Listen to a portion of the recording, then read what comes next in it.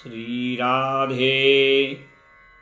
ओम नमः संभवाय च मयो भवाय च नमः शंकराय च मयस्कराय च नमः शिवाय च शिवतराय च। अथ शिवरात्रि माहात्म्यम। शिवरात्रि की महिमा और शिवरात्रि क्यों मनाई जाती है और कैसे भगवान निराकार लिंग रूप से सगुण रूप में प्रकट हुए, आज इसी विषय में शिवरात्रि की महिमा, शिवरात्रि पर्व क्यों मनाया जाता है, मैं आप सब स्नेही जनों को शिव महापुराण की विद्येश्वर संहिता की कथा के रूप में भगवान शिव के ज्योतिर्लिंग प्राकट्य और शिवरात्रि पर्व की उत्पत्ति की कथा सुनाने जा रहा हूँ।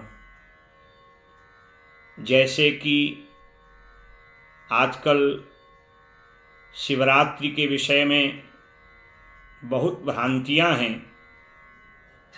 और हमारे वेद कर्म अनुष्ठान पर्व व्रतों में आधुनिकता के कारण विकृति भी आ रही है और लोग कहते हैं कि इस दिन भगवान शिव का पार्वती से विवाह हुआ था। तो मेरा निवेदन है कि शिव महापुराण की रुद्र संहिता में पार्वती खंड की कथा को अच्छी तरह एक बार स्वाध्याय कर लेना चाहिए। मार्ग मासे शीते पक्षे रोहिणी नक्षत्र संयुते, ऐसा श्लोक शिव महापुराण में आता है।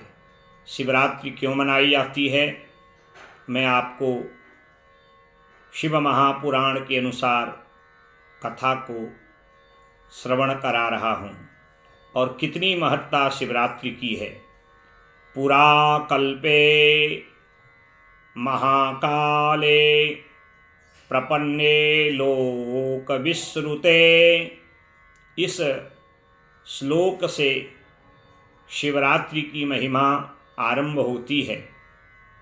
जब सृष्टि का निर्माण हो ही रहा था, एकोहम भविष्यामः प्रजायै, ईश्वर जिनको हम महादेव, देवाधिदेव, महामृत्युंजय, शिव, शंकर अनेक नामों से जानते हैं, उनके संकल्प से भगवान विष्णु की नाभि से कमल उत्पन्न हुआ और उस कमल में 5 मुख वाले ब्रह्मा प्रकट हुए हैं और शिव की आज्ञा से ब्रह्मा और विष्णु को सृष्टि निर्माण और सृष्टि के विस्तार का निर्देश दिया गया। परंतु सृष्टि विस्तार से पूर्व ही दोनों देवता आपस में युद्ध करने लगे। अहमेवं वरो न त्वं अहम प्रभुरहम प्रभुः परस्परं हन्तु कामौ चक्रतुः समरो ह्ययम्। मैं बड़ा हूँ, इस प्रकार का ब्रह्मा और विष्णु का भाव जब हुआ तो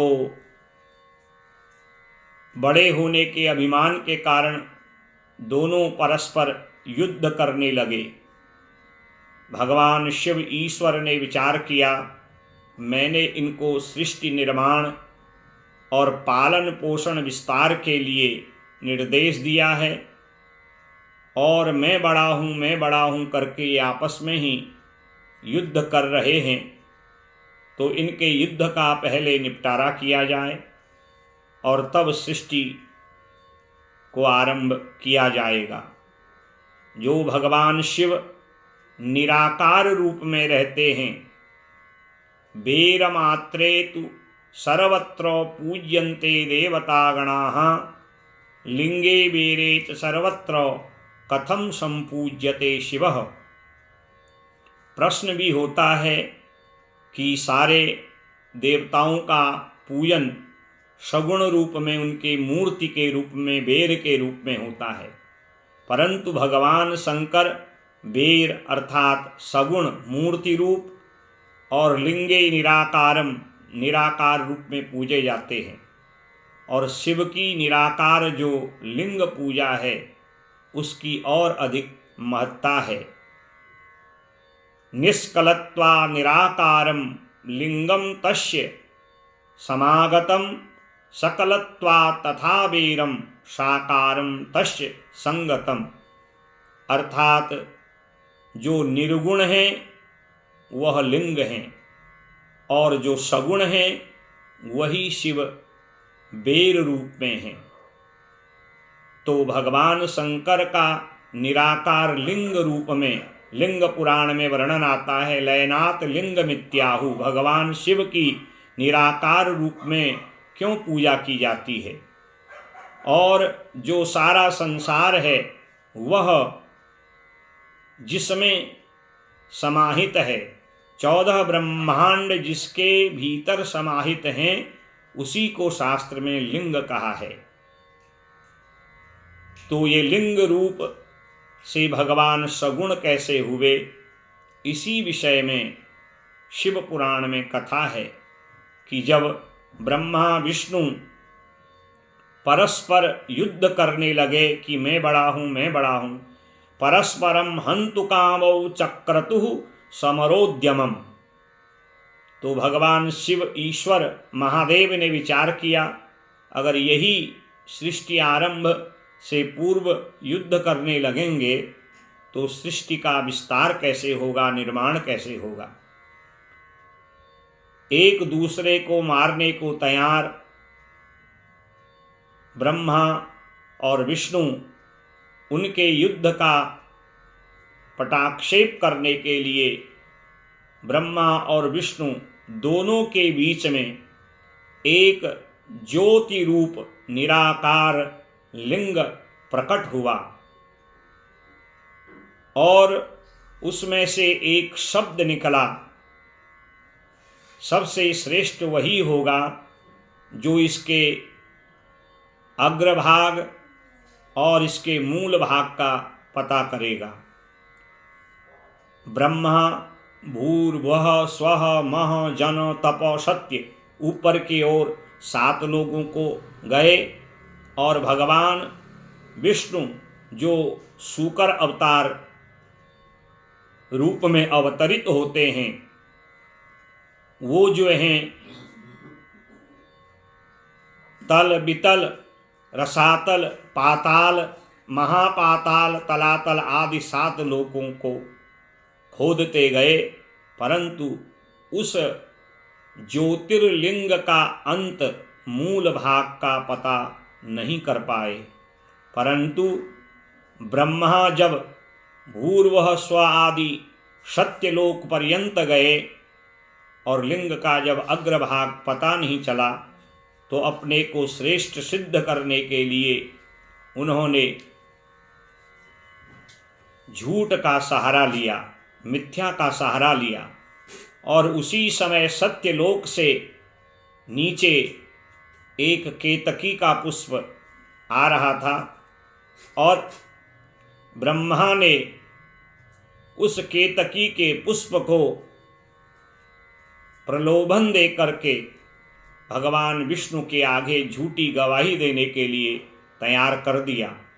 और ब्रह्मा के प्रलोभन में यह केतकी का पुष्प भगवान विष्णु के आगे आके झूठी गवाही देता है कि मैं इस ज्योतिर्लिंग के अग्र अर्थात मस्तक में चढ़ा हुआ था।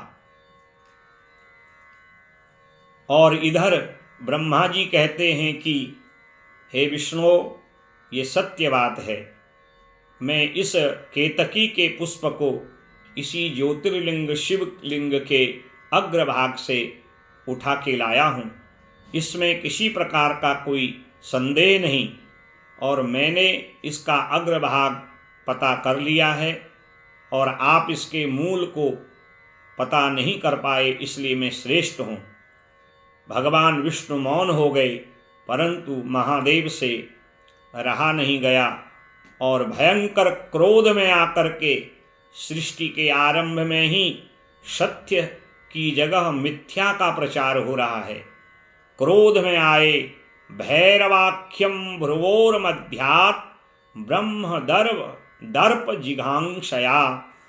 भयंकर शिव कोप में आकर के अपने भ्रिकुटी से एक भयंकर गण को उत्पन्न करते हैं, जिनका नाम भैरव हुआ, और यह शिव का एक अवतार है, भैरवावतार। और उनके हाथ पे खड्ग दे करके भगवान शिव ने निर्देश दिया, हे भैरव, जिस मुख से ब्रह्मा जी ने झूठ बोला है, मिथ्या बोला है, आप उनके उस मस्तक को काट दीजिए। भैरव जी ने शिव की आज्ञा स्वीकारी और ज्यों ही ब्रह्मा का पहला मस्तक काट के उसको अपने हाथ में लिया, ब्रह्मा का कपाल अपने हाथ में लिया, भगवान विष्णु दयालु उदारता के कारण उनके अंदर जो करुणा, जो दया है, वह भाव जागृत हो गया और भगवान शिव की जो है दिव्य स्तुति करी। और तब भगवान शिव ईश्वर का कोप शांत हुआ और उसी भैरवगण ने शिव की आज्ञा से ब्रह्मा के कटे उस कपाल को बद्रीनाथ के पास रखा, और जिसे हम ब्रह्म कपाल के रूप में जानते हैं, जहाँ पितरों की मुक्ति के लिए पिंडदान किया जाता है। और भगवान ईश्वर शिव ने कोप में आकर के ब्रह्मा को श्राप दे दिया कि तुमने सृष्टि आरंभ से ही मिथ्या झूठ का आश्रय लिया, इसलिए आज से तुम्हारी मूर्ति पूजा नहीं होगी। ब्रह्मा दंडवत किए। भगवान विष्णु के आग्रह पर भगवान शिव ने ब्रह्मा को मूर्ति रूप में तो स्थान नहीं दिया, 3 जगह स्थान दिया, एक ब्रह्म कपाल में और एक पुष्कर में और तीसरा स्थान कलश में, जहाँ 100 कुशाओं का ब्रह्मा का पुतल बना करके उसकी प्रतिष्ठा की जाती है और मंगल कार्यों में ब्रह्मा का विधिवत कलश में पूजन किया जाता है। और भगवान शिव का कोप केतकी के पुष्प पर भी हुआ और कहा कि आज तक तू मेरी सेवा में लगा रहता था, अरे दुष्ट केतकी, आज से मैं तुझे अपनी पूजा से बहिष्कृत करता हूँ। रे रे केतक दुष्टस्त्वं षठ दूरमितो ब्रजः ममापि प्रेम ते पुष्पे माँ भूत पूजा स्वितः परम। आज से मैं तेरा तिरस्कार करता हूँ। केतकी पुष्प ने देखा, जिसका दुनिया त्याग करती है शिव उसको शरण देते हैं, और शिव जिसका त्याग करते हैं उस अशरण को कौन शरण देगा।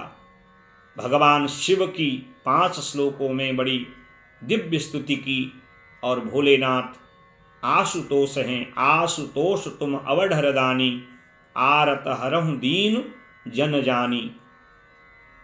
और तब भगवान को केतकी के पुष्प पर दया आई, कहा मेरी पूजा में तू चढ़ेगा नहीं, हाँ जहाँ मेरी पूजा का मंडप होगा वहाँ तेरा स्थान होगा। इसीलिए शिव पूजा में केतकी के पुष्प का निषेध होता है। और आज लज्जित ब्रह्मा आत्मग्लानि से भगवान शिव की बड़ी सुंदर स्तुति करते हैं। और भगवान विष्णु ने भी आज अपने कोप को शांत करने के लिए भगवान शिव की बड़ी सुंदर स्तुति की। और भगवान शिव महादेव, जिनको हम ईश्वर कहते हैं, वो ब्रह्मा और विष्णु की स्तुति पर प्रसन्न हुए और आज उनको वरदान दिया कि आपकी स्तुति के कारण मैं इस अर्धरात्रि में ज्योतिर्लिंग के रूप में, ज्योतिर के रूप में, प्रकाश स्वरूप में, सगुण रूप में इस लिंग से प्रकट हुआ हूँ। इसलिए ये जो आज की रात्रि है मुझे बहुत प्रिय होगी और इसी रात्रि का नाम शिवरात्रि होगा। दिनमें ततः पुण्यम भविष्यति महत्तरम शिवरात्रिरिति ख्याता तिथिरेषा मम प्रिया। जो ब्रह्मा और विष्णु को ज्योतिर्रूप में फाल्गुन कृष्ण चतुर्दशी की अर्धरात्रि निशीथ बेला में जो भगवान शिव ने दर्शन दिया ज्योतिर्रूप में, जो उनके सामने प्रकट हुए, इसीलिए उस रात्रि को शिवरात्रि कहते हैं। पुराण में, लिंग पुराण में, शिव पुराण में वर्णन है, वर्ष के सारे व्रत जप तप उनका जो पुण्य मिलता है केवल शिवरात्रि का व्रत करने से, शिवरात्रि में 4 प्रहर की पूजा करने से, शिवरात्रि के दिन शिवालय में दीपदान करने से, शिवरात्रि के दिन भगवान शंकर पर सुंदर जल और बिल्वपत्र, चंदन, तिल, अक्षत, धूप, दीप, नैवेद्य आदि अर्पण करने मात्र से वह पुण्य उसे प्राप्त हो जाता है।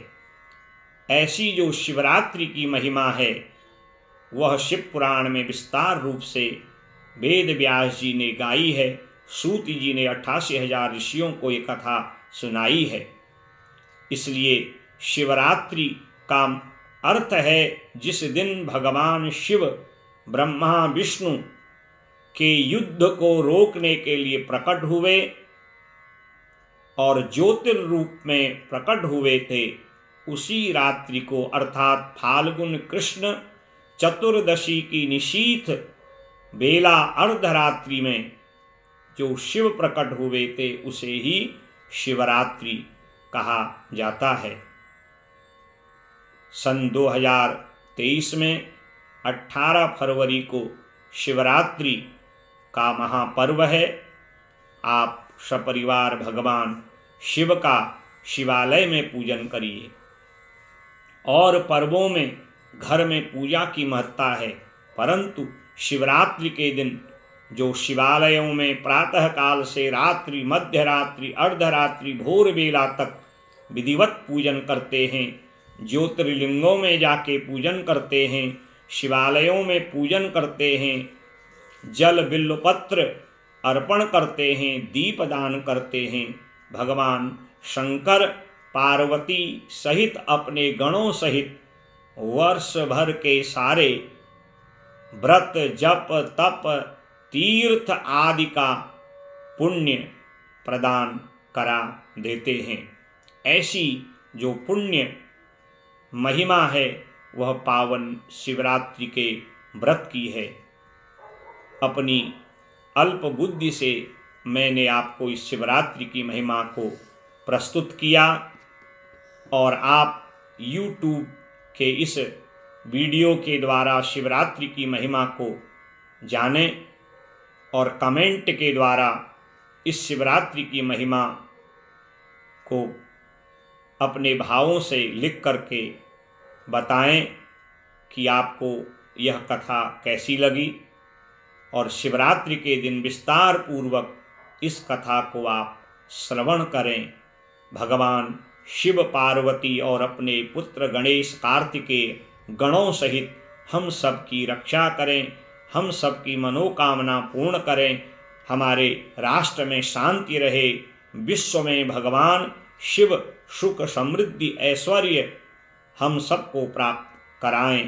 कर्पूर गौरम करुणावतारम संसार सारम भुजगेन्द्रहारम सदा वसंतम हृदयारविंदे भवम भवानी सहितम नमामि श्रीशाम्ब सदाशिवार्पणमस्तु। हरि ओम तत्सत्। हरि ओम तत्सत्। हरि ओम तत्सत्।